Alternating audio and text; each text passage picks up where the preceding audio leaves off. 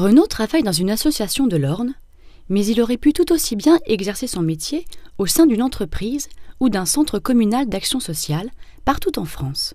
Les prestations de l'auxiliaire de vie sociale, destinées aux personnes en perte d'autonomie, peuvent être financées en partie par les aides sociales, allocations personnalisées d'autonomie, prestations de compensation du handicap, aides des mutuelles et des caisses de retraite. Le reste est pris en charge par les particuliers et leurs familles qui bénéficient éventuellement d'aides fiscales. C'est une reconversion réussie pour Renaud. Il est auxiliaire de vie sociale. J'ai eu envie de faire ce métier. C'est suite en fait à une expérience dans une maison d'enfants. J'étais cuisinier et j'ai eu en fait un déclic, une envie d'aider les personnes. J'ai fait une formation d'auxiliaire de vie sociale. C'est une formation qui dure 10 mois. La formation donne lieu à un diplôme d'État.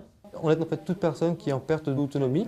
Donc en fait par rapport à cette aide, elle peut se traduire par l'entretien du logement, aller faire les courses pour la personne ou avec la personne.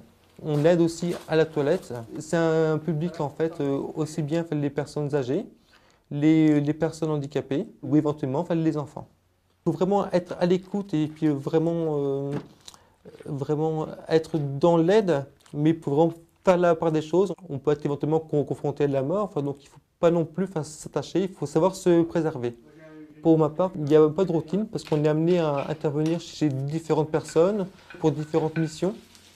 Le profil d'un candidat à l'auxiliaire de vie sociale, ça doit être quelqu'un qui doit être dynamique, qui doit aimer le contact avec les gens et s'adapter à différentes situations puisque c'est assez varié. Ça doit être quelqu'un de disponible, de mobile. Il doit avoir de l'empathie envers les personnes, c'est-à-dire qu'il doit comprendre le besoin de la personne tout en restant professionnel. D'accord, je ne prends pas la porte, pas de problème. Allez, demain. L'auxiliaire de vie sociale peut, en passant 2 modules complémentaires, être AMP, aide médico-psychologique. Et vous pouvez également, en externe, passer une formation pour être TISF, technicien de l'intervention sociale et familiale. Il y a aussi la formation plus approfondie sur la maladie d'Alzheimer, les formations sur la nutrition et les formations autour des enfants. Moi, ce qui me plaît le plus dans ce métier, c'est vraiment être dans l'aide à la personne. C'est vraiment se sentir utile pour rendre service. Voilà. Je pense me spécialiser peut-être à faire des petites formations sur la maladie d'Alzheimer. Pourquoi pas faire responsable de secteur par la suite, je ne dis pas. Non, il faut avoir de l'ambition. Le métier d'auxiliaire de vie sociale requiert qualité relationnelle et esprit d'initiative. Notez que les déplacements sont fréquents.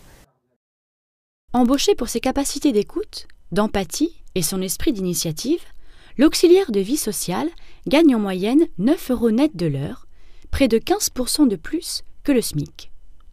Il est généralement recruté avec des diplômes requis pour ce type d'activité, par exemple le DEAVS, l'ADVF, la mention complémentaire aide à domicile, le titre assistante de vie aux familles.